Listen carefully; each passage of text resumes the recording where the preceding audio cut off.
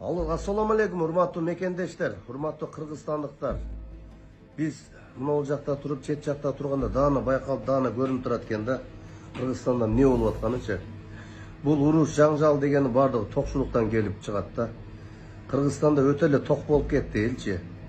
90-чы жылдардағы жүгөрү, зағыра жеген күндөрдү унутуп қалды. Ошол убактагы ачыгы да. Болбогон эле кичине ушул көкбөрү улактай турушундай чыр чыгарып атканы бир топ окшойт менин оюмчачы. Анан Маданият министрлигине кайрылам, ошо Маданият министрлиги көп болсо бир 100 сайт болсо керек, же бир 200 сайт болсо керек, ошол сайттардын бардыгын топтоп бир столго отуруп жылмай эле чечип кое турган нерсе да, элдеги агрессивдүүлүк алып баратат.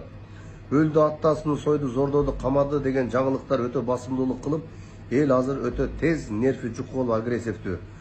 Ошол себептен президент жана ошол премьер-министр, министрлер кабинетинин төрагасы, Маданият министрлиги ушуну бир жумада 10 күндө жолго салып койсо болот. Ким каалагандай кыйын болсо, ысырапкерчиликтер болуп атат, өлүм болгон жерде союлуп атат. Муну муфтий дагы мына жолго сала албайт экен.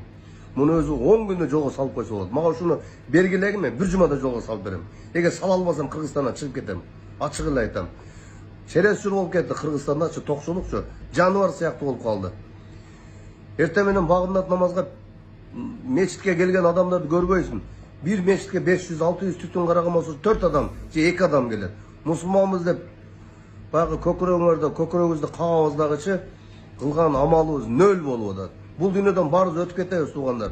Ар бир кылганыбызга, сүйлөгөнүбүзгө, жасаган иштерибизге жооп беребиз. Акыретти дагы ойлош керек. Ким улутчулдук кылса, ким трайбализм болгон болсо, ушундай бөлгөн болсо, жазасын катуулатыш керек. Темирдей тартып керек Кыргызстанга. Мен ошону колдойм. Ынтымакка чакырам баарыңыздарды.